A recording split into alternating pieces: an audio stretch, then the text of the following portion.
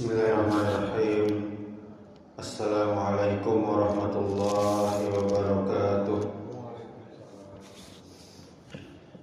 Alhamdulillah allazi bi ni'matihi tatimmus shalihat.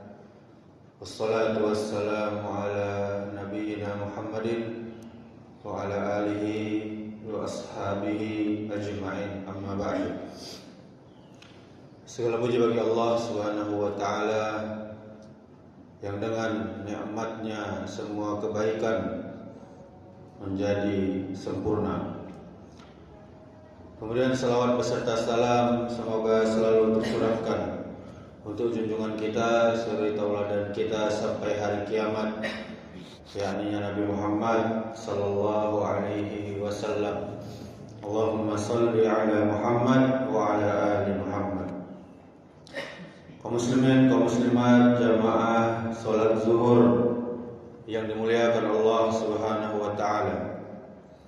Pada kesempatan ini marilah kita renungkan sebuah tema penting, yakni dosa yang balasannya sering disegerakan di dunia. Kita sering mengira bahwa setiap dosa akan dibalas nanti di akhirat. Padahal ada beberapa dosa yang Allah segerakan, yang Allah percepat akibatnya di dunia ini, agar menjadi peringatan, pelajaran bagi manusia agar kembali ke jalan Allah, ke jalan yang benar, kembali bertaubat. Rasul sallallahu alaihi wasallam pernah bersabda, tidak ada dosa yang lebih pantas untuk disegerakan balasannya di dunia, di samping azab yang disimpan untuk pelakunya di akhirat, selain perbuatan zalim dan memutus silaturahim. Dari hadis ini kita dapat mengambil pelajaran, yakni yang pertama, kezaliman.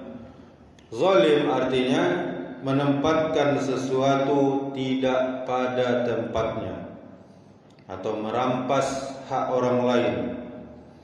Zalim bisa kepada sesama manusia, kepada keluarga, kepada tetangga, bahkan kepada diri sendiri.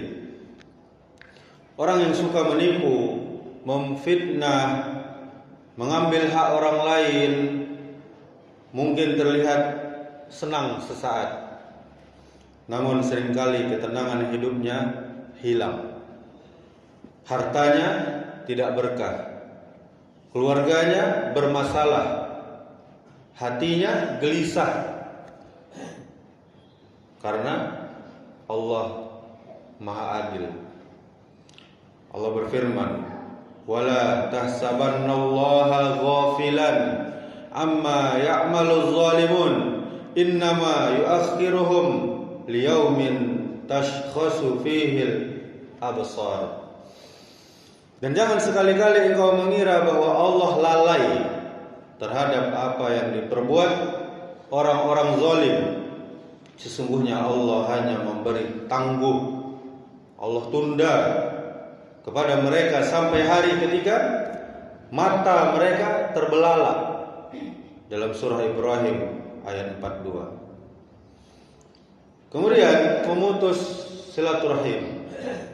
Kadang seseorang bertahun-tahun tidak mau berbicara dengan saudaranya hanya karena persoalan harta, warisan, atau kesalahpahaman yang kecil.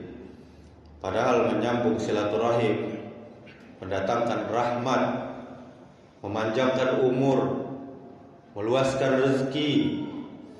Sementara memutuskannya dapat menghilangkan keberkahan hidup. Dalam surah Muhammad ayat 22 dan 23 Allah berfirman, "Fahal asaitum in tawallaitum an tufsidu fil ardi wa tuqatti'u arhamakum ulaikal ladzina la'anahumullah. Maka apakah sekiranya kamu berkuasa, kamu akan berbuat kerusakan di bumi dan memutuskan hubungan silaturahim, hubungan kekeluargaan, mereka itulah orang-orang yang dilaknat oleh Allah Subhanahu wa taala. Kemudian ada juga durhaka kepada orang tua. Ridho Allah bergantung kepada ridho orang tua. Banyak kisah yang menjadi pelajaran bahwa orang yang menyakiti ayahnya, ibunya mengalami kesulitan hidup, kesempitan rezeki, atau hilangnya ketenangan hati. Allah berfirman dalam surah Asy-Syura ayat 30, "Wa ma asabakum min musibatin fabima kasabat aydikum wa ya'fu an katsir." Dan musibah apapun yang menimpa kamu adalah disebabkan oleh perbuatan tanganmu sendiri, dan Allah memaafkan banyak dari kesalahan-kesalahanmu. Dan di dalam ayat yang lain surah Muhammad ayat 22 sampai 23, "Fahal asaitum in tawallaitum an tufsidu fil ardi wa tuqatti'u arhamakum ulaikal ladzina la'anahumullah." Maka apakah sekiranya kamu berkuasa, kamu akan berbuat kerusakan di bumi dan memutuskan hubungan kekeluargaan. Mereka itulah orang-orang yang dilaknat oleh Allah. Dan jangan sekali-kali kau mengira bahwa Allah lalai terhadap apa yang diperbuat oleh orang-orang zalim. Di ayat yang kita bacakan tadi, surah Ibrahim ayat 42. Kemudian tentang durhaka kepada orang tua, Al-Isra ayat 23, "Wa qada rabbuka alla ta'budu illa iyyahu wa bil walidaini ihsana imma yablughanna 'indakal kibara ahaduhuma aw kilahuma fala taqul lahumā uff wa la tanharhuma wa qul lahumā qawlan karīmā." Dan Rabbmu telah memerintahkan agar kamu jangan menyembah kepada selain Dia, dan hendaklah berbuat baik kepada kedua orang tua.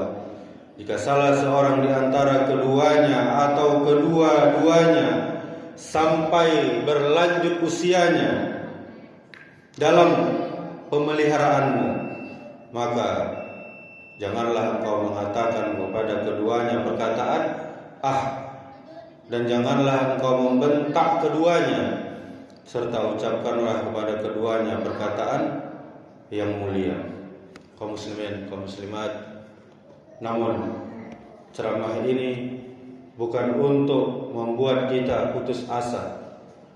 Allah membuka pintu taubat selebar-lebarnya selama nyawa kita belum sampai di tenggorokan dan selama matahari belum terbit dari barat. Allah masih menerima taubat hamba-Nya. Mari kita periksa diri kita masing-masing. Apakah ada hak orang lain yang belum kita kembalikan? Apakah ada saudara yang sudah lama tidak kita hubungi? Apakah ada orang tua yang belum kita bahagiakan? Jangan menunggu datangnya penyesalan. Mumpung masih ada waktu, mari kita perbaiki hubungan kita dengan Allah dan dengan sesama manusia. Demikianlah, semoga yang singkat ini bermanfaat. Subhanakallahumma wa bihamdika, asyhadu an la ilaha illa anta, astaghfiruka wa atubu ilaik. Wassalamualaikum warahmatullahi wabarakatuh.